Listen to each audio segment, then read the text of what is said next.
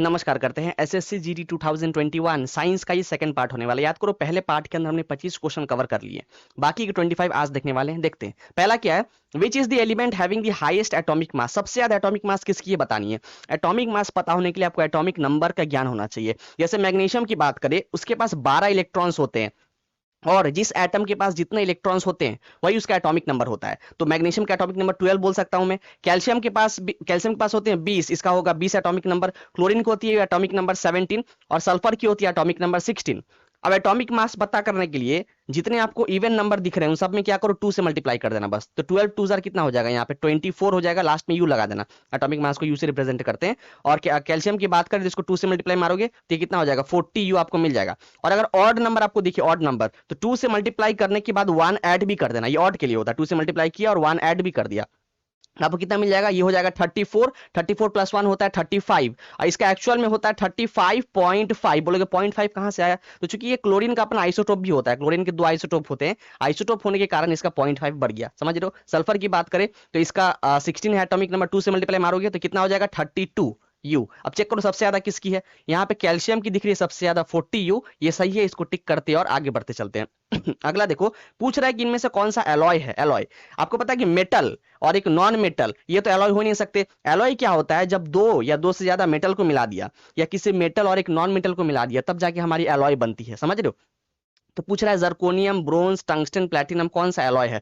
Zirconium एक metal होती है, इसका सिंबल होता है ZR, है ना। टंगस्टन की बात करें इसका सिंबल होता है W। टंगस्टन जो बल्ब वगैरह में जो फिलामेंट यूज होता है गर्म होने के लिए, हीट होने के लिए, वो टंगस्टन ही होता है। प्लैटिनम की बात करें इसका सिंबल होता है PT, है ना। ये बहुत ही लीस्ट रिएक्टिव होता है, सबसे ज्यादा कम रिएक्टिव यही होता है ना, जितने मेटल की कंपेरिजन में बात करें, उसलिए प्लैटिनम जो है बहुत महंगा बिकता है, सोने से भी महंगा बिकता है प्लैटिनम। ब्रोंज की बात करती है हमारा एक एलॉय है, ये बिल्कुल एलॉय है। ब्रोंज को क्या करते हैं, जब कॉपर कॉपर और टिन SN, जब कॉपर और टिन को मिला देते हैं तो हमारी जो है ब्रोंज बन जाती है, समझ रहे हो। तो ये एक एलॉय है क्योंकि दो मेटल को मिला के बनाया गया है, इसको टिक करते हैं और आगे बढ़ते चलते हैं। अगला देखो क्या है, पूछ रहा है कि किसी बॉडी की मोमेंटम का प्रोडक्ट क्या होता है। मोमेंटम का प्रोडक्ट तो मतलब किन दो चीजों को मल्टीप्लाई करेंगे जो मोमेंटम निकल जाएगा। देखो मास और वेलोसिटी को मल्टीप्लाई करने पे मोमेंटम निकल जाती है। मोमेंटम को हम लोग जो है P से रिप्रेजेंट करते हैं, स्मॉल p से। तो momentum is equals to mass into velocity. किसी बॉडी की अगर मोमेंटम को बढ़ाना हो तो मास तो कांस्टेंट ही रहता है, मास तो हर बॉडी का कांस्टेंट है ना। जिसका 50 kg मास होगा उसका कहीं किसी भी ग्रह पे चले जाओ, कहीं भी चले जाओ, उसका मास तो चेंज होगा नहीं। हाँ एक तरीका है कि वेलोसिटी को बढ़ा दे, वेलोसिटी को बढ़ा देंगे तो मोमेंटम जो है उस बॉडी की बढ़ जाएगी, समझ रहे हो। और जैसे मान लो एक ट्रक है और एक जो है टू व्हीलर, मान लो कोई सी गाड़ी है, समझ रहे हो, कोई सी बाइक वगैरह ले लो, तो ट्रक का तो मास ज्यादा होगा इसके मुकाबले और लेट से ट्रक की वेलोसिटी भी ज्यादा ज्यादा गति से आ रही है, तो अगर दोनों टकराएंगे तो गाड़ी वाला बहुत दूर तक जाके गिरेगा, क्योंकि इसके पास मोमेंटम ज्यादा है। एक तो उसकी मास भी ज्यादा थी और उसकी वेलोसिटी भी काफी ज्यादा होगी, समझ रहे हो। तो यहाँ पे जो फोर्थ वाला करेक्ट दिख रहा है ऑप्शन, इसको टिक करते और आगे बढ़ते चलते। अगला देखो क्या है, पूछ रहा है कि इनमें से कौन सा स्टेटमेंट इनकरेक्ट है, गलत है। तो पहला देखो, sun is an example of luminated object. एक ऐसा ऑब्जेक्ट जिसमें से रोशनी आ रही हो तो उसको हम ल्यूमिनस ऑब्जेक्ट कहते हैं, या बोल सकते हो ल्यूमिनेटेड ऑब्जेक्ट, एक ही बात है। तो सन की तो अपनी रोशनी होती है भैया, तो फर्स्ट ऑप्शन तो हमारा करेक्ट है, यहाँ पे इनकरेक्ट फाइंड करना, ये तो नहीं होगा। सेकंड देखो, frying pan is an example of opaque object. Frying pan opaque होता है क्या, देखो ओपेक ऑब्जेक्ट उसे कहते हैं जिसके आर पार हम देख नहीं सकते। जैसे अगर मैं अपने आंख के पास अगर रख दूं हाथ को, इसके आर पार तो नहीं देख पाऊंगा मैं, तो ये ओपेक हो गया। उस तरीके से फ्राइंग पैन जो तवा होता है उसके आर पार तो देख नहीं पाओगे, तो ये भी ऑप्शन जो है मतलब स्टेटमेंट करेक्ट है लेकिन ऑप्शन तो करेक्ट नहीं होगा ये वाला, क्योंकि हमको इनकरेक्ट फाइंड करना है। थर्ड वाला देखो, a wooden box is an example of luminous object, ये गलत है। अगर एक लकड़ी की बक्सा अगर होगा तो उसके आर पार आप तो देख नहीं पाओगे क्योंकि वो ओपेक होता है, समझ रहे हो। और ऊपर से ल्यूमिनस की बात करिए तो ल्यूमिनस उसमें से लाइट तो निकलेगा नहीं, डब्बे में से कहाँ से लाइटिंग, उसकी तो अपनी रोशनी तो होती नहीं है। डब्बे को हम क्यों देख पाते हैं, क्योंकि वो जो है लाइट को रिफ्लेक्ट करता है, दूसरे की रोशनी को रिफ्लेक्ट करता है, तब उसको हम देख पाते हैं, उसकी अपनी रोशनी नहीं होती है। तो थर्ड वाला ऑप्शन जो है चूंकि इनकरेक्ट है, इसको पता करना था, टिक करते और इसको आगे बढ़ते चलते। अगला देखो क्या है, the natural tendency of objects to resist a change in their state. देखो कोई भी ऑब्जेक्ट इस यूनिवर्स में, कोई भी ऑब्जेक्ट छोटा से छोटा बड़ा से बड़ा, अपने स्टेट को वो चेंज नहीं करना चाहते। आप खुद सोचो ना, अगर आप कहीं पे बैठे हो शांति से तो आपको उठने का मन नहीं करता, कहीं पे अगर आप चल रहे हो, अगर आप मोमेंटम में हो चल रहे हो तो आपको रुकने का मन नहीं कर रहा है। कोई भी बॉडी जो अपने स्टेट को चेंज करना नहीं चाहती है। तो इनमें से कौन सी प्रॉपर्टी के कारण, कौन सा प्रॉपर्टी है जिससे कि वो अपना स्टेट को चेंज करना नहीं चाहती है, ठीक है, तो वो होता है इनर्शिया। इनर्शिया के कारण कोई भी बॉडी अपनी स्टेट को चेंज करना नहीं चाहेगी। आप खुद देखो, जैसे आप अगर मान लो बस में बैठे हो, चलती बस में, बस चल रही है, अगर सडनली अगर बस वाला अगर ब्रेक मारे तो आप देखते हो ना आगे की तरफ झुक जाते हो, आप जो है आगे की तरफ झुक जाते हो, क्योंकि आपका लोअर बॉडी जो है, लोअर बॉडी वो अभी भी आपका इनर्शिया मेंटेन किया हुआ है। कौन सा inertia, inertia of motion, inertia दो टाइप के होते हैं, एक तो इनर्शिया ऑफ रेस्ट, दूसरा होता है इनर्शिया ऑफ मोशन। क्योंकि आपका लोअर बॉडी जो है ना, वेस्ट के नीचे वाला, वो आपके बस के साथ मोशन में था, लेकिन अपर बॉडी जो है उसने अपने इनर्शिया को खो दिया, अपनी इनर्शिया को खो दिया, समझ रहे हो। तो चूंकि वो क्या मोशन से रेस्ट में आ गया, इसलिए वो आगे की तरफ झुक गया। जैसे फल को, पेड़ को हिलाते हैं जोर से, पेड़ को हिलाने से क्या है, उसके फल गिर जाते हैं, वहां भी क्या अपने इनर्शिया को वो खो देता है। तो कोई बॉडी इनर्शिया को खोना नहीं चाहता है, किस प्रॉपर्टी के कारण, वो होता है इनर्शिया के कारण। ठीक है, आगे बढ़ते हैं, अगला देखो, विच of the following is a substance. तो इनमें से कौन सा एलिमेंट का एटॉमिक नंबर 10 होता है, मतलब उसके पास 10 इलेक्ट्रॉन्स उसके कक्षा में, उसके शेल में होंगे। Helium, neon, lithium, carbon. Helium की बात करें तो इसके पास 2 इलेक्ट्रॉन होते हैं। नियॉन की बात करें इसके पास 10 होता है, 10 इलेक्ट्रॉन। लिथियम की बात करें इसके पास 3 इलेक्ट्रॉन होगा शेल में, और कार्बन के पास कितना होता है, 6 इलेक्ट्रॉन। तो आप देखो 10 फाइंड करना था, यहाँ पे हमको नियॉन मिल गया। नियॉन गैस जो है एक हमारी इनर्ट गैस होती है, किसी से भी रिएक्ट नहीं करती है ना। इस पे इसको टिक करते हैं और आगे बढ़ते चलते। अगला देखो क्या है, एक्सरे। एक्सरे किस टाइप का रेडिएशन है बताना है। क्या एक्सरे की वेवलेंथ कम होती है, क्या वो इलेक्ट्रॉन का झुंड है, इलेक्ट्रॉन का बीम है, क्या उसकी वेवलेंथ ज्यादा होती है, क्या उसको हम देख पाते हैं। देखते हैं, देखो जो लाइट होती है ना, वो बेसिकली लाइट काफी सारे हो सकते हैं हमारे। तो लाइट का झुंड इकट्ठे कहलाता है इलेक्ट्रोमैग्नेटिक वेव। इसको मैं लिख देता हूं शॉर्ट फॉर्म में ईएम, इलेक्ट्रोमैग्नेटिक वेव। ये कई तरीके के हो सकते हैं। एक तो या तो हमारा लाइट वो गामा रे होगा, क्या होगा, गामा रे। या तो हमारी लाइट जो है वो एक्सरे हो सकती है, क्या, एक्सरे। या हमारी लाइट जो है वो आपकी यूवी रे हो सकती है। या हमारी लाइट जो है विजिबल रे हो सकती है, कौन सी, विजिबल। या लाइट हमारी जो है वो इंफ्रा रे होगी, क्या होगी, इंफ्राड रे, है ना। या हमारी लाइट जो है वो आपकी या तो इंफ्रा रे होगी, या आपकी यहाँ पे माइक्रोवेव होगी, या लाइट आपकी रेडियो वेव हो सकती है, क्या हो सकती है, रेडियो वेव। तो इतने तरीके के आपके लाइट हो सकते हैं। एक्स हम किसको देख पाते हैं, इनमें से बस इसी को देख पाते हैं, विजिबल लाइट को। जो भी लाइट आप आसपास देख पा रहे हो वो सब विजिबल लाइट है ना। Gamma ray, X ray, UV ray, infra रे, माइक्रोवेव। माइक्रोवेव का यूज करते हैं ओवन वगैरह में खाना गर्म करने के लिए। रेडियो वेव, इन सबको आप देख नहीं सकते हो। नॉर्मल लाइट की तरह ये सारी भी रोशनी निकालती हैं आसपास, लेकिन आप इनको देख नहीं पाते हो, समझ रहे हो। जैसे जैसे आप इधर बढ़ोगे, यहां से यहां बढ़ोगे, तो क्या होती है, वेवलेंथ बढ़ते रहती है। वेवलेंथ क्या होती है, बढ़ती है। और जैसे उल्टा आते हो यहां से यहां, तो क्या होती है, फ्रीक्वेंसी बढ़ती है। फ्रीक्वेंसी, इसको हम लोग ऐसे रिप्रेजेंट करते हैं, न्यू से। फ्रीक्वेंसी का सिंपल होता है, समझ रहे हो। तो फ्रीक्वेंसी बेसिकली क्या होता है, वेवलेंथ का उल्टा होता है। तो मैं बोल सकता हूं कि इस तरफ जाने पे, गामा रे से रेडियो वेव की तरफ जाओगे तो वेवलेंथ ज्यादा होगा। देखो वेवलेंथ ज्यादा होने का मतलब वो दूर तक ट्रेवल करेगा। देखो रेडियो वेव, जो रेडियो वगैरह आप सुनते हो, उसकी वेवलेंथ काफी दूर दूर तक जा सकती है, समझ रहे हो। लेकिन गामा रे जो है वो दूर तक नहीं जा सकता है, इसकी फ्रीक्वेंसी ज्यादा है। तो भले ये दूर ना जाए, लेकिन ये किसी भी चीज को भेदने के लिए कैपेबल है, उसके थ्रू पास कर सकता है, समझ रहे हो। अगर आपके बॉडी में ये गामा रे मार दिया जाए तो आपके आर पार निकल जाएगा। और एक्सरे को अगर मार दिया जाए तो आपके स्किन को भेद जाएगा। आपके आपके ये बोन को आर पार तो नहीं कर पाता है एक्सरे, लेकिन आपके स्किन को जो है वो भेद जाता है, समझ रहे हो। तो यहाँ पे पूछ रहा है एक्सरे के बारे में था। देखो एक्सरे का क्या है, वेवलेंथ तो कम ही है ना। जैसे जैसे यहाँ बढ़ेंगे तो ना वेवलेंथ बढ़ेगा। एक्सरे का तो देखो वेवलेंथ कम ही, सबसे कम गामा रे का है, उसके बाद एक्सरे का है। तो यहाँ पे आते हैं, तो देखो यहाँ पे जो है एक्सरे इलेक्ट्रोमैग्नेटिक वेव है, बिल्कुल है, इलेक्ट्रोमैग्नेटिक वेव है ना। सारे वेव को इकट्ठे इलेक्ट्रोमैग्नेटिक वेव ही कहते हैं, मतलब एक्सरे भी इलेक्ट्रोमैग्नेटिक वेव है। उसकी देखो वेवलेंथ काफी शॉर्ट होती है ना, बिल्कुल ये सही दिख रहा है ऑप्शन, देखो वेवलेंथ उसकी शॉर्ट होती है। क्या ये इलेक्ट्रॉन का झुंड है, नहीं, एक्सरे इलेक्ट्रॉन का झुंड नहीं होता है। क्या इसकी वेवलेंथ ज्यादा होती है, क्या नहीं, इसकी वेवलेंथ ज्यादा नहीं होती है। क्या इसको हम नेकेड आई, खुले आंखों से देख सकते हैं, बिल्कुल नहीं देख सकते। हम बस विजिबल लाइट को खुले आंखों से देख सकते हैं, समझ रहे हो। तो फर्स्ट ऑप्शन करेक्ट दिख रहा है, इसकी वेवलेंथ कम होती है। टिक करते और आगे बढ़ते। अगला देखो क्या है यहाँ पे, the human I is like a camera. देखो हमारी आंख भी कैमरा की तरह है। जैसे कैमरा का जब क्लिक करता है तो उसका शटर बंद होता है आगे का, उस तरीके से हमारी भी पलकें बंद होती है। कैमरा में पीछे रील होता है, रील, उसी में जो है पिक्चर, जो फोटो क्लिक करते हो, सारी इमेज तो रील में ही जाके बनता है, जिसको रील को हम वापस निकलवाते हैं। तो हमारी भी आंखों में जो है रील होता है, उस रील को क्या बोलते हैं, रेटिना। यहाँ पे वही पूछ रहा है कि आपकी आंखों में इमेज जो बनता है, जिस स्क्रीन पे इमेज बन रहा है, उस स्क्रीन को बोलते क्या है।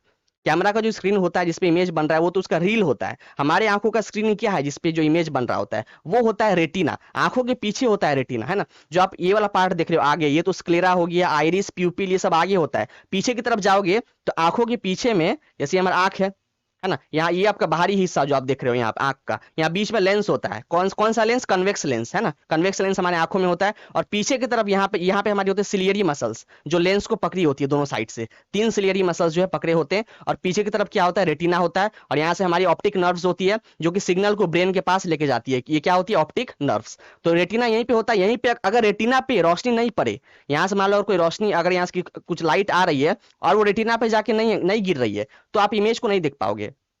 कई बार कुछ बीमारी होती है जैसे मायोपिया होता है ना, फिर हाइपरमेट्रोपिया होता है। इसमें क्या है कि लोगों को सही से नहीं दिखता है। जिसको मायोपिया हो गया उसको दूर दूर का नहीं दिखता है, जिसको हाइपरमेट्रोपिया हो गया उसको नजदीक का नहीं दिखता है। क्यों? क्योंकि इमेज जो है उसके रेटिना पे नहीं बन रही होती है। तो रेटिना पे इमेज बनना बहुत जरूरी है। ये भी एक कैमरा की तरह हमारा आंख होता है। ऑप्शन सी करेक्ट है। नंबर थर्ड वाला, इसको टिक करते हैं और आगे बढ़ते चलते हैं। अगला देखो क्या पूछ रहा है, Anopheles Anopheles is a dash which carries the parasite of malaria.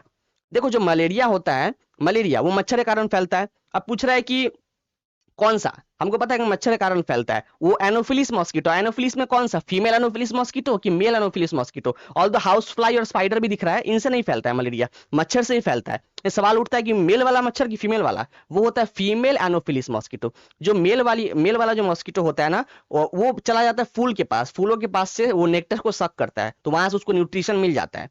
लेकिन फीमेल वाली मॉस्किटो जो है, चूंकि वो हमारे पास इसलिए आती है हमारा हमारा खून लेने, चूंकि उसका जो बच्चा होता है उसको जन्म देने के लिए, है ना, उसको सही एनवायरनमेंट देने के लिए खून की जरूरत पड़ती है।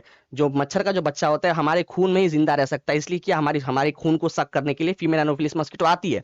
और इस मॉस्किटो के ऊपर इस मॉस्किटो के ऊपर जो है प्लाज्मोडियम प्लाज्मोडियम प्रोटोजुआ बैठा होता है। तो जब वो डंक गराती है तो हमारे खून के अंदर वो आ जाता है, जिससे कि हमें मलेरिया हो जाता है। समझ रहे हो? तो ऑप्शन वन करेक्ट दिख रहा है, फीमेल मॉस्किटो। फीमेल मॉस्किटो कौन सा, फीमेल एनोफिलिस मॉस्किटो। ठीक है, इसको टिक करते हैं और आगे बढ़ते चलते हैं। अगला देखो क्या है यहाँ पे, which of the following object is visible due to reflected light. तो अगर टॉर्च की बात करें, टॉर्च लाइट को रिफ्लेक्ट तो नहीं कर रही है, मतलब टॉर्च को हम क्यों देख पा रहे हैं, क्योंकि उसकी खुद की रोशनी आ रही है। समझ रहे हो? तो हम यहाँ पे रिफ्लेक्टेड होने की बात करें कि वो लाइट को रिफ्लेक्ट कर रहे, मतलब यहाँ पे हमें नॉन ल्यूमिनस पता करना है। नॉन ल्यूमिनस रिफ्लेक्ट करते हैं और ल्यूमिनस वाले जो है खुद के लाइट निकालते हैं, तो टॉर्च का तो खुद का लाइट है भैया अपना, तो ये तो होगा नहीं। अब बर्निंग कैंडल है ना, मोमबत्ती अगर जल रही है उसकी खुद की रोशनी आ रही होती है, तो ये भी ल्यूमिनस होगा, ये भी सही नहीं है। स्टार्स, जो तारे होते हैं ऊपर स्काई में, उसके भी अपने स्टार्स उसकी अपनी लाइट होती है। लेकिन मून का अपना लाइट नहीं होता। बिल्कुल, मून आपको भले ही जो है वो रोशनी देते हुए दिख रहा हो, लेकिन मून की रोशनी वो उसकी खुद की नहीं होती। सूरज की रोशनी उस पर पड़ रही होती है, तब जाके वो रिफ्लेक्ट करती है, हमारी आंखों पे आती है, रेटिना पे इमेज फॉर्म होता है, तो हम उसको देख पाते हैं। तो मून की जो है अपनी खुद की रोशनी नहीं होती। तो ऑप्शन थ्री करेक्ट है, इसको टिक करते हैं और आगे बढ़ते चलते हैं। अगला देखो क्या है, inertia can be measured by. तो इनर्शिया किस पे डिपेंड करती है? इनर्शिया हम लोग समझ लिए, इनर्शिया होने से कोई भी बॉडी अपनी स्टेट को चेंज नहीं करना चाहती है। अगर वो रुकी हुई है तो रुकी ही रहना चाहती है, अगर वो मोशन में है तो मोशन ही करते रहना चाहती है। तो डिपेंड किस पे करती है inertia? Force, state of motion, mass या एक्सेलरेशन? इनर्शिया डिपेंड करता है मास पे। जिस बॉडी की मास जितनी ज्यादा होगी, आप खुद सोचो ना, अगर कोई बॉडी की मास ज्यादा है, बहुत भारी है, उसको उठा पाओगे? नहीं, मतलब उसका स्टेट चेंज करना बहुत मुश्किल होगा। लेकिन वही अगर हल्का हो तो आराम से उठा दोगे। समझ रहे हो? कोई अगर, तो मतलब अगर मास ज्यादा हो तो उसकी उसकी जो है स्टेट को चेंज करना मुश्किल हो जाएगा, भारी चीजों को उठाना मुश्किल है ना। ऊपर से अगर कोई चीज बहुत ऊंचाई से गिर रही है, ऊंचाई से अगर कोई चीज गिर रही है और काफी भारी है, तो उसकी वेलोसिटी को सडनली कम करना, उसकी गति को रोकना बहुत मुश्किल हो जाएगा। क्योंकि भारी होगा तो आप उसको पकड़ ही नहीं पाओगे, डर के माने। पहली बात, पकड़ भी लोगे तो आपके हाथ जो है फ्रैक्चर वगैरह भी आ सकता है, क्योंकि भारी होने के कारण। तो मतलब मास चेंज करना बॉडी का मुश्किल है। तो इसका मतलब मैं बोल सकता हूँ कि मास होने से बॉडी अपनी इनर्शिया मेंटेन कर सकती है। जितना ज्यादा मास होगा बॉडी का, उतनी वो अपनी इनर्शिया को मेंटेन कर पाएगी। तो ऑप्शन सी करेक्ट है, इसको टिक कर दिया और आगे बढ़ते चलते हैं। अगला देखो क्या है, which of the following is a primary constituent of pearl. Pearl जो होती है मोती, मोती वगैरह आप जानते हो ना, मोती वगैरह यूज करते हैं, कपड़ों में भी मोती लगा रहता है, काफी जो है झूमर वगैरह बनाने में मोती का यूज करते हैं। तो पर्ल जो होता है उसका जो कवरिंग होता है बाहर वाला, वो किससे बना होता है? कैल्शियम कार्बोनेट, कैल्शियम सल्फेट, अलग अलग नाम दिए गए। देखो आप बात पकड़ो, जितने भी बाहरी खोल होते हैं ज्यादातर कैल्शियम कार्बोनेट के बने होते हैं। जैसे शंख वगैरह जो होता है, शंख जो बजाते हो है ना, वो भी कैल्शियम कार्बोनेट का होता है। और जितने हमारे एक्सोस्केलेटन वाले होते हैं, जितने भी, जैसे मान लो अगर केकरे की बात करें, केकरे का बाहर का खोल है ना, फिर अगर हम कछुए की बाहर की खोल की बात करें, स्नेल जो होता है, स्नेल जिसको घोंगा बोलते हैं, उसके बाहर का खोल, तो जितना भी एक्सोस्केलेटन वाले होते हैं इसका बाहर का खोल हार्ड होता है। समझ रहे? मोती वगैरह हो गया, इन सब का जो है बाहर का खोल जिसका हार्ड होता है वो कैल्शियम कार्बोनेट का ही बना होता है। अगर आपको याद ना भी हो किस चीज का बना है, माने यहाँ पे तो पल है और किसी और का नाम लिया होता, इसका बाहरी कवरिंग पूछ रहा होता है, तो आप कैल्शियम कार्बोनेट ही मार के आ जाना, यही सही होता है। समझ रहे हो? तो ऑप्शन वन करेक्ट है, कैल्शियम कार्बोनेट। इसको टिक, इसका फॉर्मूला होता है CaCO3 है ना, कैल्शियम कार्बोनेट, इससे ही बना होता है। इसको टिक करते हो और काफी मजबूत होता है ये कैल्शियम कार्बोनेट, काफी मजबूत होता है। इसको तोड़ना बहुत मुश्किल है। देखते हो ना कछुए वगैरह कितना हार्ड होता है शेल। इसको टिक करते हो और आगे बढ़ते चलते। अगला देखो क्या है, तो पूछ रहा है कि सॉर्टर्स डिजीज, ये जो सॉर्टर्स डिजीज है वो किस बैक्टीरिया से फैलती है? देखो जो वर्कर्स काम कर रहे होते हैं वुल इंडस्ट्री में है ना, या अगर सिल्क इंडस्ट्री में बात करें, सिल्क निकालना हो, वुल निकालना हो, तो उनको एक बीमारी होती है, उनको अधिकतर जो है सॉर्टर डिजीज, या इसका एक और नाम है जिसको एंथ्रैक्स बोलते हैं, इस बीमारी को एंथ्रक्स भी बोलते हैं। तो ये किस बैक्टीरिया से फैलता है? उस बैक्टीरिया का नाम है बैसिलस एंथ्रासिस। बिल्कुल, बैसिलस एंथ्रासिस के आने के कारण अगर वो उसको इनहेल कर लेते हैं तो उनको एंथ्रक्स नाम की बीमारी हो सकती है, समझ रहे हो? तो इस बैक्टीरिया का नाम क्या था? बैसिलस। टिक करते और आगे बढ़ते चलते। अगला क्या है? Which of the following is an arthropod? Arthropod कौन इनमें से बताना है? लीवर फ्लूक, मिलीपीड, स्नेल या लीच? देखो आर्थ्रोपोड बताने के लिए, क्योंकि इस वाले जो है ना, ये जो टॉपिक यहाँ पे दिया गया आर्थ्रोपोड, इसमें से काफी क्वेश्चन आता है अलग अलग, उसको थोड़ा बता दे रहा हूं मैं। ये देख लो आप, इसका अच्छे से मैं कैटेगरी दे देता हूँ, इसको याद कर लेना आप। यहाँ पे देखो, एंड जो देखो हमारे आसपास तो अलग अलग टाइप की जीव जंतु है। जो एनिमल्स हैं, कुछ उड़ सकते हैं भैया, कुछ नहीं उड़ सकते हैं, कुछ रेंगते हैं, किसी किसी का जो है पीछे रीढ़ की हड्डी है, किसी की नहीं होती है ना, किसी का पंख होता है। तो अलग अलग इसके बेसिस पे क्या करते हैं हम एनिमल्स को कैटेगराइज करते हैं, उनको कैटेगरी में डालते हैं। उन कैटेगरी को आप याद कर लो, ठीक है? जो एनिमल्स होता है ना, जो एनिमल का जो कैटेगरी होता है, बांटने का कैटेगरी, उसको फाइलम बोलते हैं। क्या बोलते हैं? फाइलम। एनिमल का ग्रुपिंग करना, ये फाइलम कहलाता है। अलग अलग फाइलम के नाम आप याद कर लेना। पहला क्या होता है? वो होता है प्रोटोजोआ फाइलम। क्या होता है? प्रोटोजोआ। क्योंकि यहां से क्वेश्चन आते हैं, मैंने बहुत बार देखे, इसलिए मैं इसका आपको लिस्ट दे देता हूं, इसको देख लेना अच्छे से। तो पहला क्या होता है? प्रोटोजोआ, लास्ट में लगा देना फाइलम। देखो जो प्रोटोजोआ फाइलम वाले जो ऑर्गेनिज्म, अब इस ग्रुप में जो भी जीव जंतु आएंगे वो तो बहुत छोटे होंगे, हमको आंख से दिखेंगे भी नहीं, बहुत छोटे होते हैं। तो इसमें वो जीव जंतु आएंगे जो कि एक सेल से बने होते हैं, सिंगल सेलुलर ऑर्गेनिज्म, यूनिसेलुलर, जो कि एक सेल से बने होते हैं। इसका एग्जांपल की बात करूं, जैसे अगर अमीबा की बात करें, अमीबा हो गया, पैरामीशियम हो गया, यूग्लिना हो गया, है ना, ये सब होता है हमारा प्रोटोजोअन फाइलम का एग्जाम्पल। इनको आंख से देख नहीं सकते, आप पूछोगे कहाँ है सर, दिखाओ, देख नहीं पाओगे इनको आप, बहुत छोटे होते हैं, समझ रहे हो? ये जो मैंने एक बताया आपको, यूग्लिना, यूग्लिना कुछ ऐसा दिखता है पैरामीशियम की तरह, उसका ऐसा यहाँ पर एंटीना निकला होता है। यूग्लिना, यूग्लिना एक ऐसा ऑर्गेनिज्म है जो कि दिन के समय प्लांट की तरह फोटोसिंथेसिस करके खाना खाता है, और रात के समय वो जो है वो कीड़े मकोड़े, कीड़े वगैरह को जो से उनसे छोटे होंगे साइज में, उनको पकड़ के खाता है। इनका अलग ही न्यूट्रिशन है। दिन में जो है प्लांट की तरह बिहेव करता है, और रात को जो है ये होलोजोइक मोड ऑफ न्यूट्रिशन हमारी तरह दिखाता है। इसमें दोनों होता है, समझ रहे हो? ये यूग्लिना था, इसका स्पेलिंग क्या होता है? यूग्ली ना, ठीक है? तो हमारा एग्जांपल क्या बताया मैंने प्रोटोजोआ फाइलम का एग्जांपल? एक मैंने बताया अमीबा, अच्छा यहाँ पे लिख दे रहा हूँ, AMO। एक होता है अमीबा, दूसरा होता है पैरामीशियम, पैरामीशियम, और एक मैंने क्या बताया? यूग्लिना। ये सब होते हैं सिंगल सेल वाले, इनके इनकी जीवन काल एक सेल से शुरू होती है और एक ही सेल में खत्म हो जाती है। हम लोग होते हैं मल्टी सेलुलर, हमारे में लाखों करोड़ों सेल्स है ना, हम लोग होते हैं मल्टी सेलुलर। दूसरा जो होता है फाइलम प्लांट का, दूसरी जो कैटेगरी ग्रुप होती है वो होती है हमारी पोरीफेरा। क्या होती है? Porifera phylum. इसमें क्या होते हैं? इसमें हमारे एक से ज्यादा सेल होंगे। इस वाले फैमिली में, इस वाले ग्रुप में जो ऑर्गेनिज्म आएंगे उनके बॉडी में एक से ज्यादा सेल होंगे, मतलब बोल सकते हैं कि वो कैसे होते हैं? Multi cellular organisms. लेकिन उनके सेल जो है ना, वो काफी टाइटली पैक नहीं होते हैं, हल्के हल्के सटे होते हैं, बस दीवारों से चिपके होते हैं। जैसे मान लो, जैसे ये एक सेल हो गया, वो इससे ऐसे चिपका होगा, ये उससे ऐसे चिपका, देखो बीच में स्पेसिंग दिख रहा है आपको, देखो बीच में ऐसे ऐसे आपको स्पेसिंग दिख रहा है ना, ये देखो यहाँ पे स्पेसिंग, यहाँ पे स्पेसिंग। तो ये सही से जो है ना, इनके ये चिपके हुए नहीं होते, इनके बीच में स्पेसिंग होती है, ऐसा ऐसा ऐसा। ये तो ये मल्टी सेलुलर होते हैं। लेकिन मल्टी सेलुलर होने, चूंकि इनके सेल के बीच में स्पेसिंग है, तो ये टिश्यू नहीं बना पाते हैं, है ना। होता क्या है कि जब बहुत सारे सेल इकट्ठे आ जाते हैं तो टिश्यू को बनाते हैं, समझ में आ रहा है? और चूंकि इनके सेल प्रॉपर्ली इकट्ठे नहीं आ पा रहे हैं, तो ये मल्टी सेलुलर तो है लेकिन ये टिश्यू फॉर्म नहीं कर पाते हैं। इसका एग्जाम्पल दे दूं मैं, जिसका एग्जाम्पल होता है स्पॉन्ज। बिल्कुल, इसका एग्जांपल होता है स्पॉन्ज। स्पॉन्ज जो हम यूज करते हैं, अभी गद्दों में बात करें, सोफा में बात करें, जो स्पॉन्ज का यूज होता है, वो स्पॉन्ज आर्टिफिशियल होता है ना, फैक्ट्री वगैरह में बनाए जाते हैं। लेकिन असलियत में स्पॉन्ज एक ऑर्गेनिज्म भी होता है। बिल्कुल, स्पॉन्ज जो है एक लिविंग ऑर्गेनिज्म है। उस स्पॉन्ज जो उसकी आंख वाँख सब कुछ होती है स्पॉन्ज की, और जब वो मर जाता है या किसी कारणवश जो उसको डिस्ट्रॉय हो जाता है, तो उस स्पॉन्ज का भी यूज करते हैं हम बनाने के लिए गद्दों वगैरह का, समझ रहे हो? तो पहले ये जो नेचुरल स्पॉन्ज, इसका बहुत यूज होता था, लेकिन अभी क्या है, इसको थोड़ा कम कर दिया गया, आर्टिफिशियल यूज करते हैं। लेकिन हाँ, याद रखना कि स्पॉन्ज हमारी एक ऑर्गेनिज्म होती है, कैसी? मल्टी सेलुलर, ठीक है। एक और होता है तीसरा फाइलम। तीसरा जो फाइलम है उसका नाम होता है सिलेंट्रेटा। क्या होता है? सिलेंट्रेटा। थोड़ा स्पेलिंग वगैरह देख लेना। इसका एग्जांपल होता है सिलेंट्रेटा। ये हमारा थर्ड ग्रुप है ना, एनिमल फाइलम का ये थर्ड ग्रुप है, तीसरा फैमिली है। इसमें वो लोग आएंगे जो जो मल्टी सेलुलर होंगे, उनके सेल्स काफी पास पास होंगे, और वो टिश्यू बना लेंगे। क्या बना लेंगे? टिश्यू।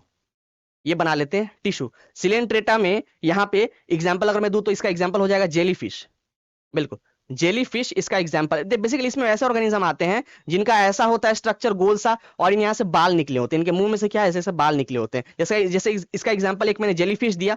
जेलीफिश कैसा होता है भैया? ऐसा होता है, इस तरीके का जेलीफिश, ऐसे ऐसे उसके बाल निकले होते हैं, ये देख रहे हो। तो जेलीफिश एक एग्जांपल है। इसका एग्जांपल होता है हाइड्रा। हाइड्रा एक एग्जांपल होता है, वो देखने में लगता है पौधे की तरह, लेकिन होता है एनिमल, चूंकि एनिमल की बात हो रहा है। देखने में होता है पौधे की तरह, लेकिन वो होता है एक्चुअल में ऐसे होता है, वो होता है एक्चुअल में एक एनिमल होता है। तो हाइड्रा एक ऐसा प्लांट, एक ऐसा एनिमल है जो कि कभी नहीं मरता, अमर है, क्योंकि उसके शरीर में खून होता ही नहीं है। हाइड्रा कभी नहीं मरता, उसके शरीर में खून ही नहीं है, वो कभी नहीं, बाकी हर हर हर चीज का अंत हो जाता है, हाइड्रा का अंत नहीं होता है, समझ रहे हो। तो हाइड्रा हो गया या जेलीफिश हो गया, ये एग्जांपल हो जाएंगे हमारे सिलेंट्रेटा फाइलम के। किसके? सिलेंट्रेटा फाइलम, समझ रहे हो। अब इसका स्क्रीनशॉट ले लेना। अब मैं इसको मिटा दे रहा हूं। तो हमने क्या देखा? प्रोटोजोआ देख लिया, पॉरीफेरा देख लिया, सिलेंट्रेटा देख लिया। इसको मिटा दे रहा हूं मैं, है ना, ताकि मैं वापस यहाँ पे लिख पाऊं। चलो अगला जो है 3 हमने देख लिए। अगला हमारा होता है प्लेटी हेलमिंथिस। प्लेटी हेलमिंथिस, प्लेटी हेलमिंथिस, ये हमारा अगला फाइलम है, प्लेटी हेलमिंथिस। इसमें क्या होते हैं हमारे, एक इसके बाद एक और लिख लो, एक होता है एस्केरी, ये हमारा प्लेटीमेंथिस हो गया, एक होता है स्क्लेमेंथिस।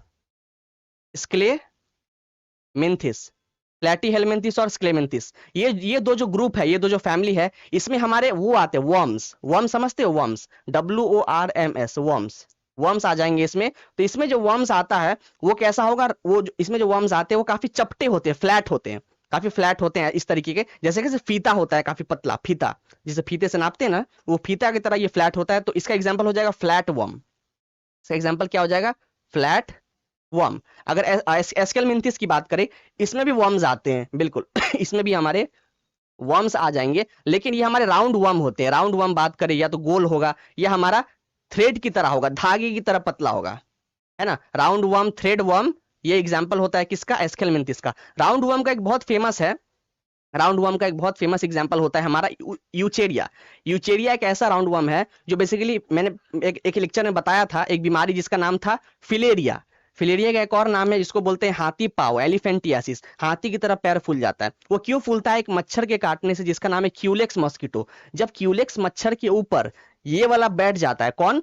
हमारा ऊचेरिया, जो ऊचेरिया राउंड वर्म है, अगर ये बैठ जाता है क्यूलेक्स मॉस्किटो के ऊपर, तब उसके काटने से अगर हमारे खून में चले जाए तो हम मल्टीप्लाई करते हैं, और मल्टीप्लीकेशन इतना ज्यादा बढ़ जाता है कि हमारा पैर जो है हाथी की तरह फूल जाता है, कोई सा एक पैर। तो बोलते हैं कि इसको हाथी पांव बीमारी हो गए, समझ रहे हो, जिसको हम लोग फिलेरिया या एलिफेंटियासिस भी बोलते हैं। ठीक है, तो ये इसके एग्जाम्पल थे। दोनों में वर्म्स आ गया। इसमें आता है फ्लैट वर्म, फीते की तरह चपटा होता है। एस्केलमिंथिस में हमारा राउंड वर्म आ गया, और यहाँ पे थ्रेड वर्म, ये होता है धागे की तरह पतला, इसलिए इसको बोलते हैं थ्रेड वर्म। क्या बोलते हैं इसको? थ्रेड वर्म, समझ रहे हो। चलो आगे बढ़ते हैं।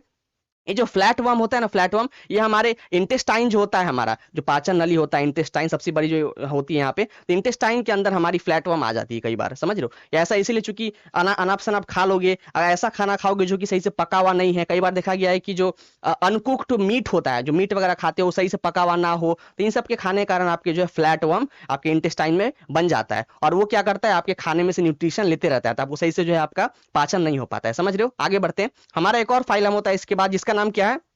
हमने प्लेटिहेलमिंथिस देख लिया, एस्केलमिंथिस देख लिया। इसके बाद हमारा होता है आर्थ्रोपोडा। क्या होता है? आर्थ्रोपोडा। आर्थ्रोपोडा हमारा एक ऐसा फाइलम है जिसमें क्या आते हैं? कीड़े मकोड़े सब आते हैं। ये सबसे बड़ा फाइलम है, आर्थ्रोपोडा सबसे बड़ा फाइलम है जिसमें कीड़े मकोड़े आते हैं, है ना। और आर्थ्रोपोडा फैमिली में जो कीड़े मकोड़े आएंगे उनके पास 4 विंग्स होंगे, 4 विंग होंगे और 6 पैर होंगे।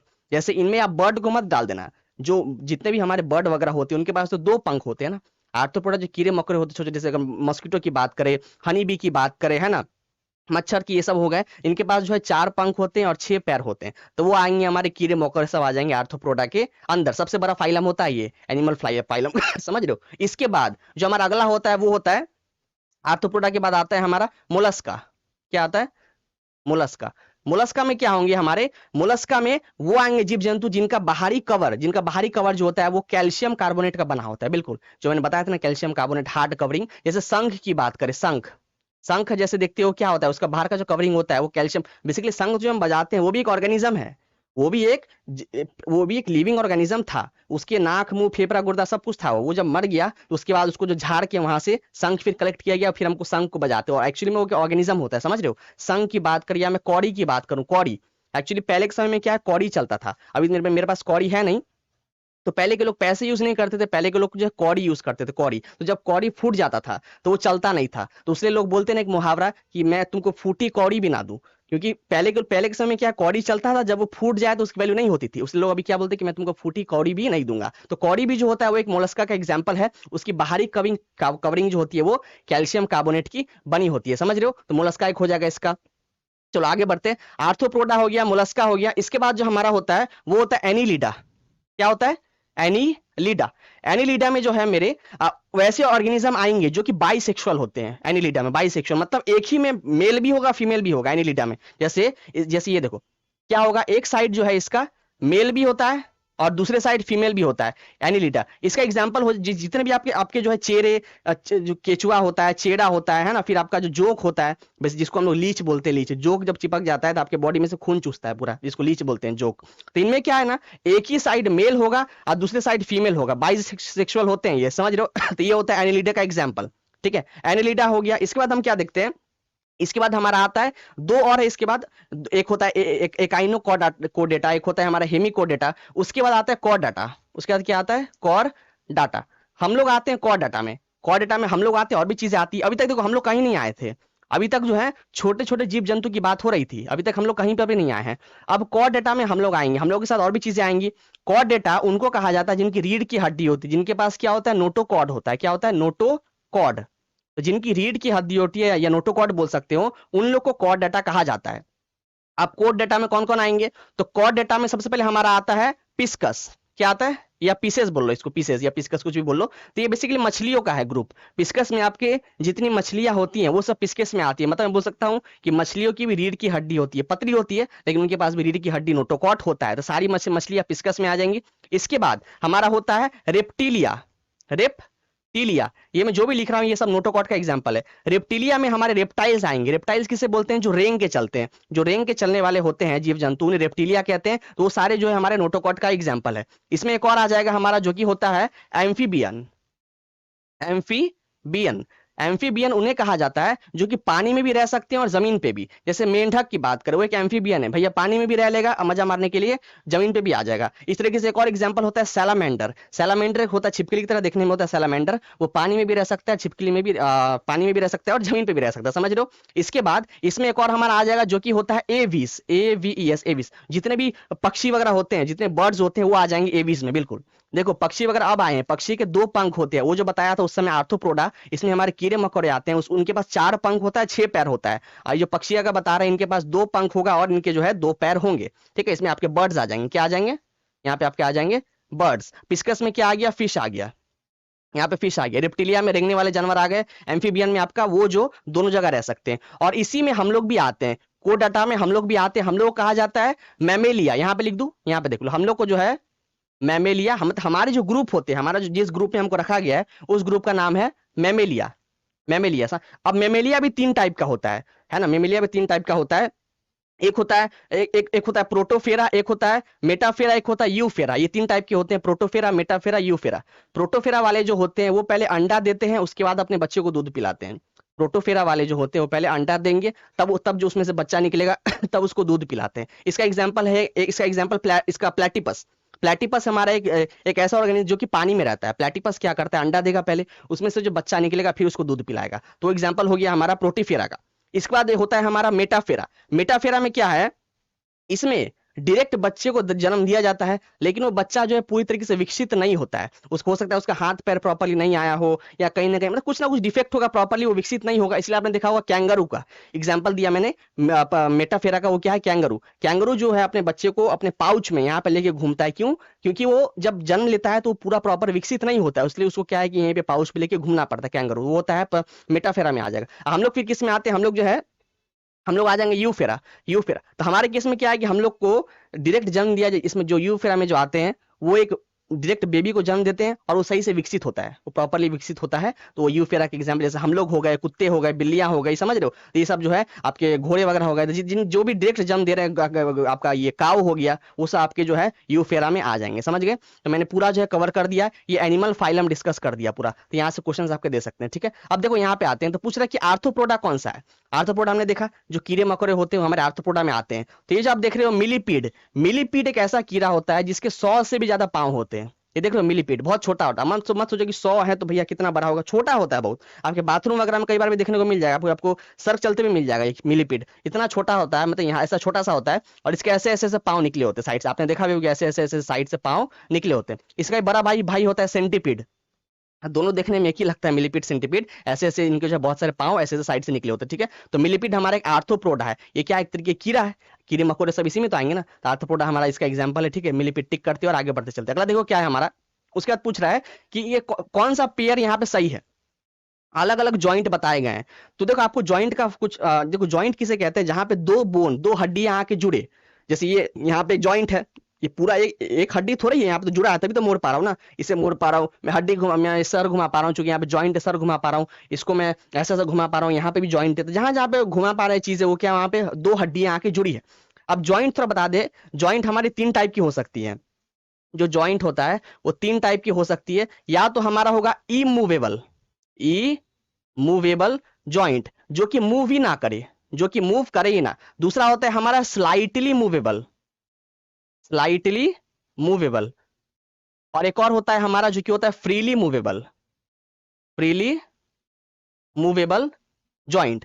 जो इमूवेबल जॉइंट है इसका एग्जांपल होता है हमारा स्कल, क्या होता है एग्जांपल, स्कल। जो हमारी खोपड़ी है, जो स्कल है, खोपड़ी में जो हड्डी होती है बिल्कुल मूव नहीं करती है, आप खोपड़ियों की हड्डी मूव कर लोगे, नहीं नहीं मूव कर पाओगे, खोपड़ी पूरा पूरा मूव होगा ना, उसका उसकी हड्डी ऐसे ऐसे अलग अलग तो मूव नहीं करेंगे, तो स्कल का एग्जांपल हो गया हमारा जो कि इमूवेबल है, ठीक है। इसकी बात करें स्लाइटली, स्लाइटली मूवेबल, तो इनमें ऐसी हड्डियां आती हैं जो कि स्लाइटली मतलब क्या, थोड़ा थोड़ा, स्लाइटली मतलब थोड़ा थोड़ा, मतलब पूरी तरीके से नहीं, थोड़ा थोड़ा मूव कर सकते हैं। इसका एग्जांपल आ जाएगा हमारा रिब बोन, रिब बोन, जो रिब बोन होते हैं, और जो बैक बोन होता है, बैक बोन रीढ़ की हड्डी, ये एग्जांपल होता है स्लाइटली का। ये देखो ये रिब बोन यहाँ होता है ना, छाती के यहाँ जो रिब केज है, जिसके अंदर हमारा लंग्स है ना, हमारा हमारा जो है हार्ट है, वो रिब बोन के अंदर ही तो है यहाँ पे। तो ये रिब बोन जो है, ये देखो हल्का फुल्का जो है फूल सकता है, कम हो सकता है रिब बोन, तो रिब बोन जो है स्लाइटली मूव कर सकता है। फिर पीछे रीढ़ की हड्डी है, पीछे रीढ़ की हड्डी, वो भी हल्का फुल्का आप बेंड कर सकते हो, हल्का फुल्का ऊपर नीचे ऐसे करके हल्का फुल्का बेंड कर सकते हो, वो स्लाइटली मूवेबल का एग्जाम्पल है।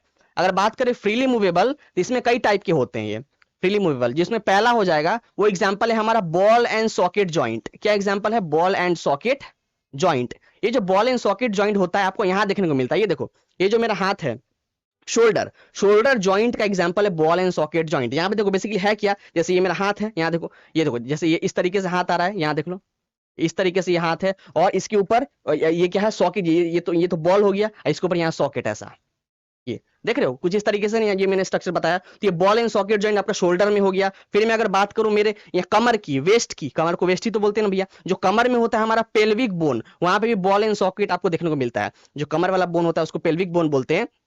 तो जो पेल्विक जॉइंट होता है कमर में, जो एक तो आपकी जांग की हड्डी आई है, यहाँ पे जांग की हड्डी होगी, और उसके ऊपर से जो है आपका सॉकेट होगा, तो बॉल एंड सॉकेट इस तरीके से चिपका होगा। तो आप देखो पैर को भी यहाँ जांग से मूव कर सकते हो, इधर से ऊपर नीचे कर सकते हो, हिला सकते हो। तो एक हमारा हो गया बॉल एंड सॉकेट जॉइंट। दूसरा होता है इसमें, एक होता है हमारा एक बॉल एंड सॉकेट हो गया, फिर हमारी हो जाएगी इसमें पाइवट जॉइंट। एक क्या होता है, पाइवट जॉइंट।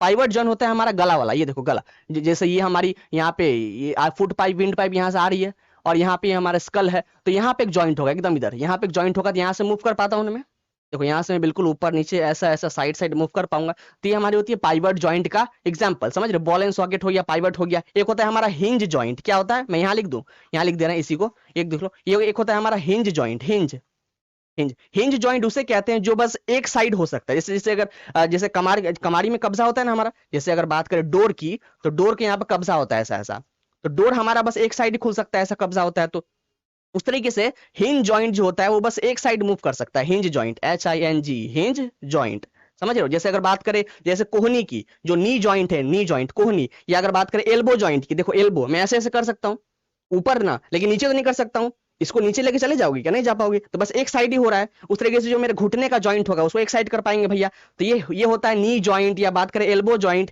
तो एग्जांपल है हमारा हिंज जॉइंट का। एक और होता है हमारा ग्लाइडिंग जॉइंट, क्या होता है, ग्लाइडिंग, ग्लाइडिंग जॉइंट, इसमें क्या है, हड्डियां एक के ऊपर एक फिसलती है। जैसे मैं अगर बात करूं यहाँ पे हथेली की बात करूं, हथेली की बात करूं यहाँ पे, तो ये देखो, तो ये हमारा क्या है, हथेली जो है इसकी हड्डियां एक के ऊपर एक फिसलती है, समझ रहे हो। हथेली की बात करें या इसकी यहाँ की बात करें जी, ये कलाई, कलाई की हड्डियां हो गई, कलाई में हमारी 8 हड्डियां होती है ना, कलाई में छोटे छोटे 8 हड्डियां होते हैं, तो कलाई की हड्डियां की बात करूं या ये इसकी बात करूं मैं हथेली की, तो इनके जो हड्डी एक के ऊपर एक फिसलते हैं, इसको बोलते हैं ग्लाइडिंग जॉइंट, समझ रहे हो। बॉल एंड सॉकेट हो गया हमारा, पाइवट हो गया, हिंज हो गया, ग्लाइडिंग जॉइंट हो गया, इस तरीके से हमारे हो गए। एक और होता है हमारा, एक और सैडल जॉइंट होता है, एक और होता है सैडल जॉइंट, वो होता है थंब में।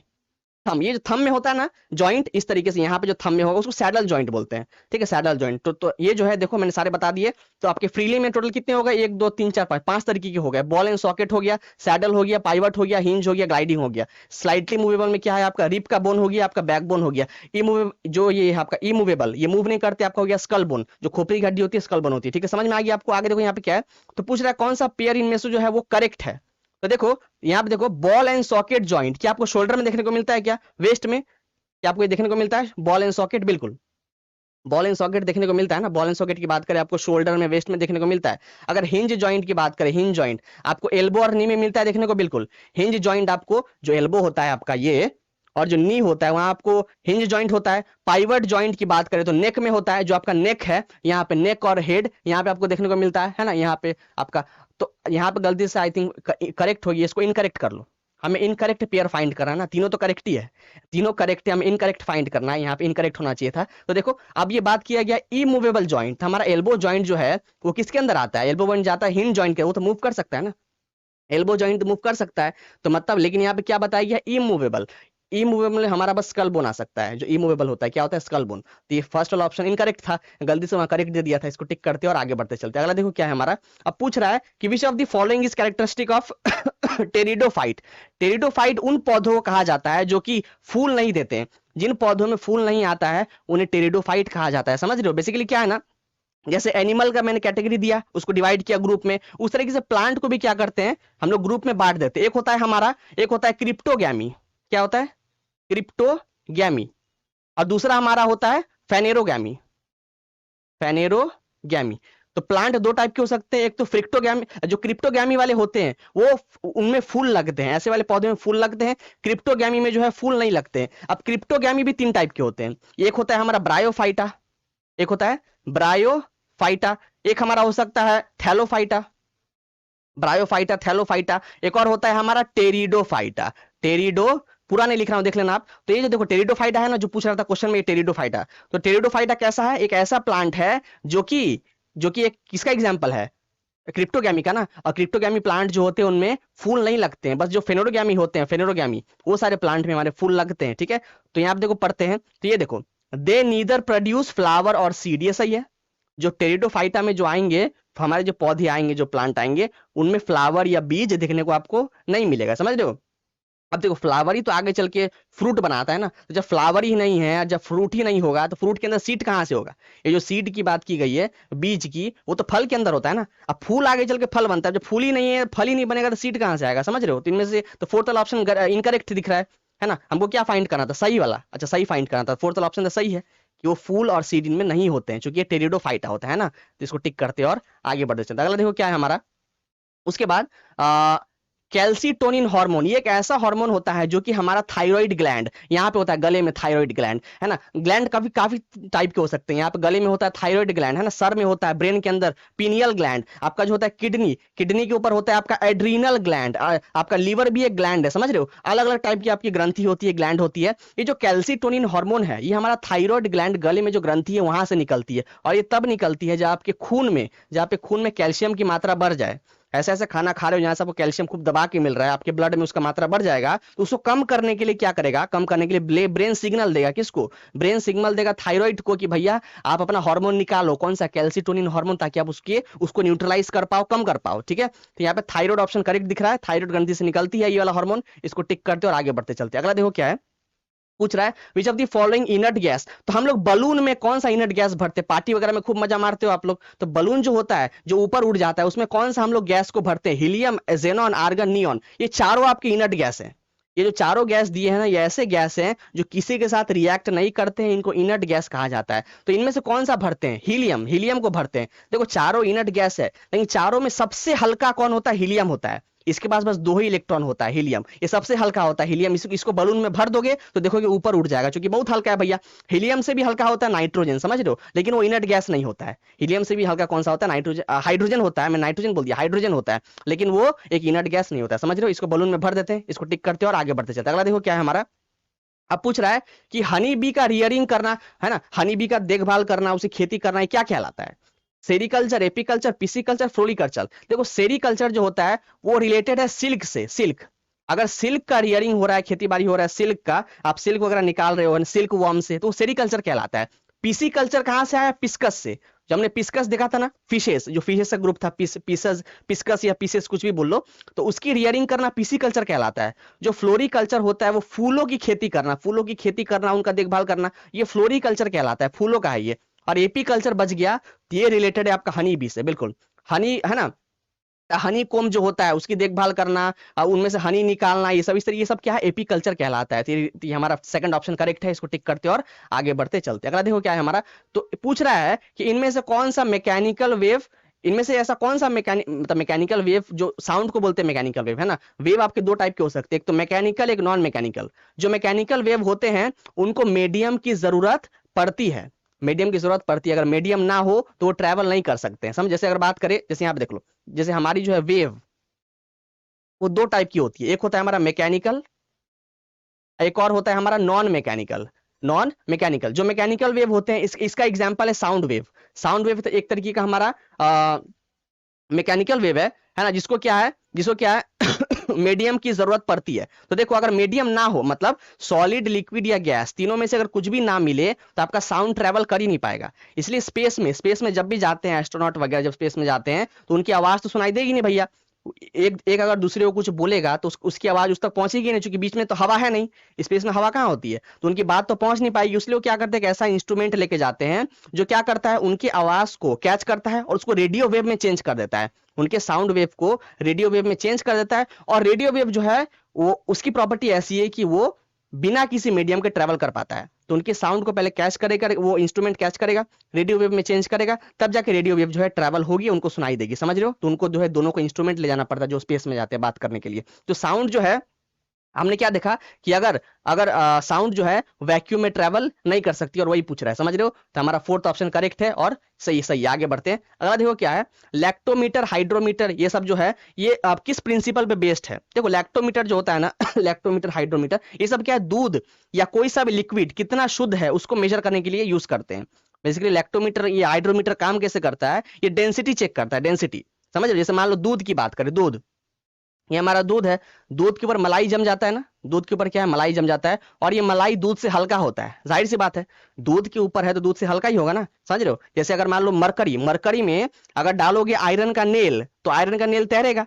लोहे का काठी मरकरी के ऊपर तैरता है, क्यों? क्योंकि मरकरी का जो है डेंसिटी ज्यादा होता है लोहे के कांटी से, है ना। पानी में देखते हो तेल तैरता है, पानी में जब ऑयल डालोगे तो नीचे नहीं जाएगा, ऑयल ऊपर तैरेगा, क्योंकि ऑयल की डेंसिटी पानी से कम होती है। उस तरीके से यहाँ पे क्या है, ये जो ऊपर जो मलाई होता है दही के ऊपर, उसकी डेंसिटी पानी से कम होती है, ऊपर तैर रहा है। अब लैक्टोमीटर डाल के ना, अगर मान लो इसके अंदर लैक्टोमीटर डाल दिया, अब मेरे को चेक करना है कि ये दूध जो है शुद्ध है कि नहीं, तो बता देगा।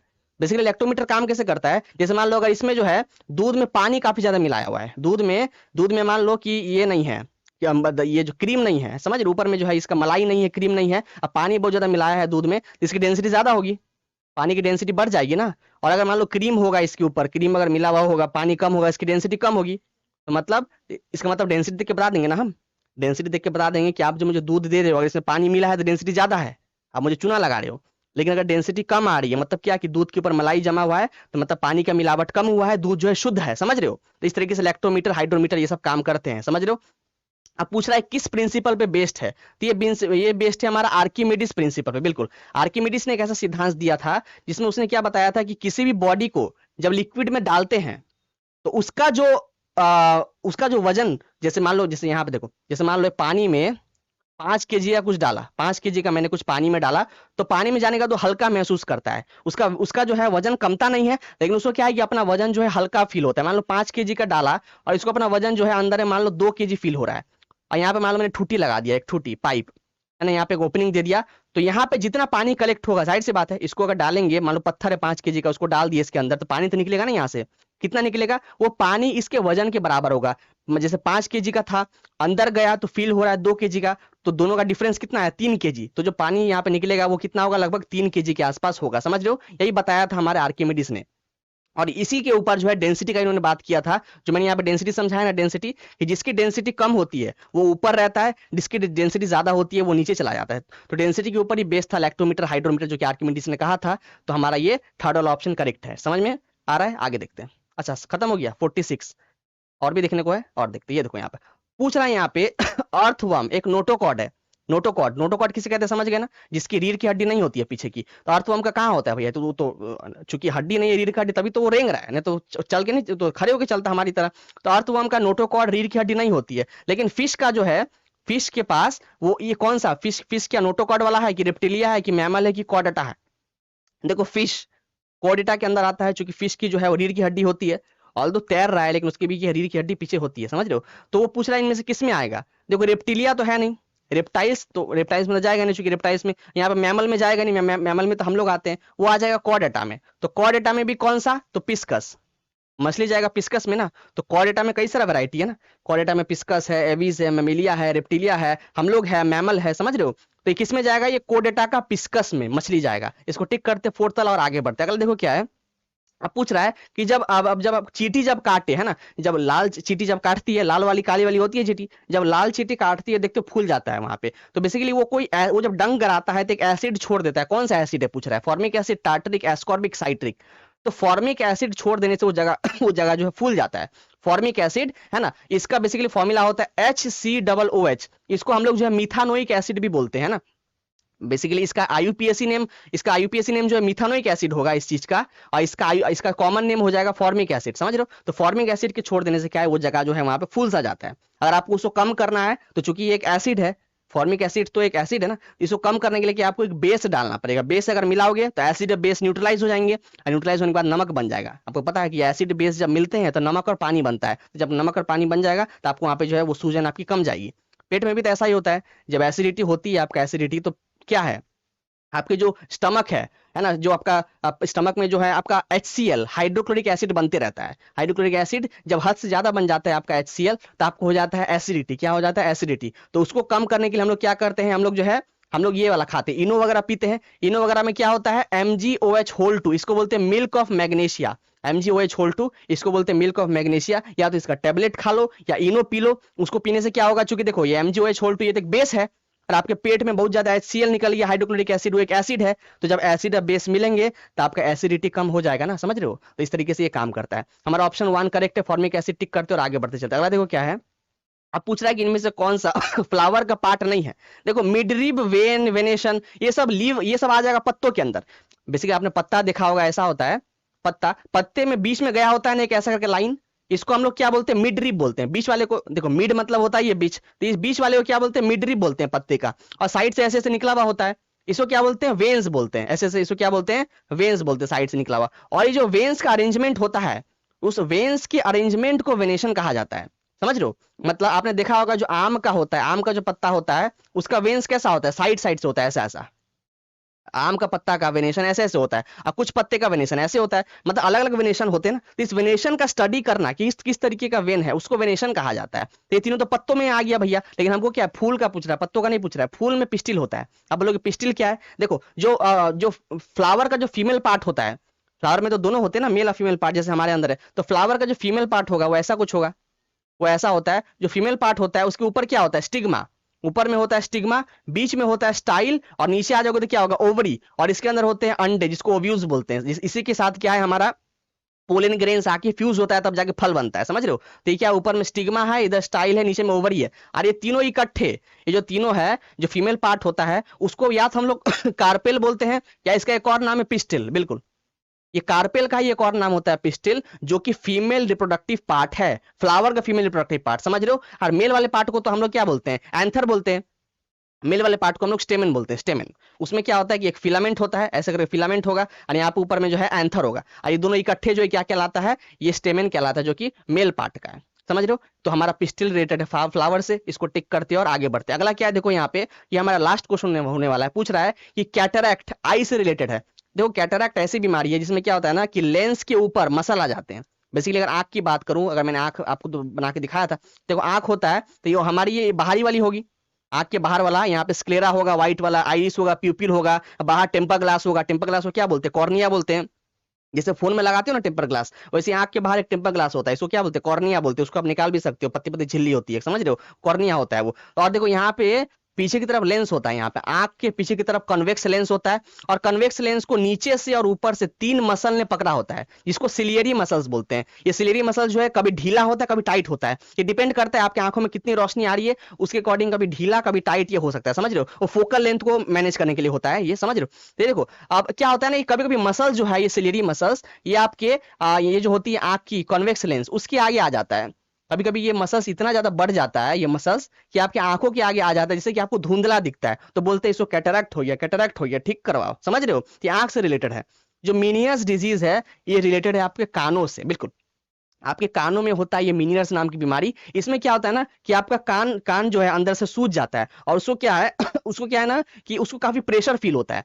मतलब ऐसा लगता है कि जैसे अंदर से कोई कुछ जैसे डंक वगैरह मार रहा है, जैसे कभी कभी होता है ना कान के अंदर दर्द करने लगता है, अपने आप प्रेशर बन जाता है बहुत। तो मीनियस डिजीज में ऐसा ही होता है, कान काफी दर्द करता है, उसको अपने आप कुछ ना कुछ सुनाई देता है, ऐसा लगता है कान में कुछ आवाज सा आ रहा है, टन ऐसा। तो मीनियस नाम की बीमारी कानों में होती है, समझ रहे हो? इसको टिक करते हैं और खत्म करते हैं यहीं पे लेक्चर। मैंने 50 क्वेश्चन का कहा था, इसका पहला पार्ट है 25 किया, आज बाकी का 25 किया। इसमें मैंने कुछ ऐसे ऐसे बातें करी जो कि काफी कॉम्प्लिकेटेड था। आपको एक बार में समझ में नहीं आया होगा तो 2 बार 3 बार आप रिकैप करके देख सकते हो, ठीक है? मिलते हैं फिर, तब तक के लिए धन्यवाद।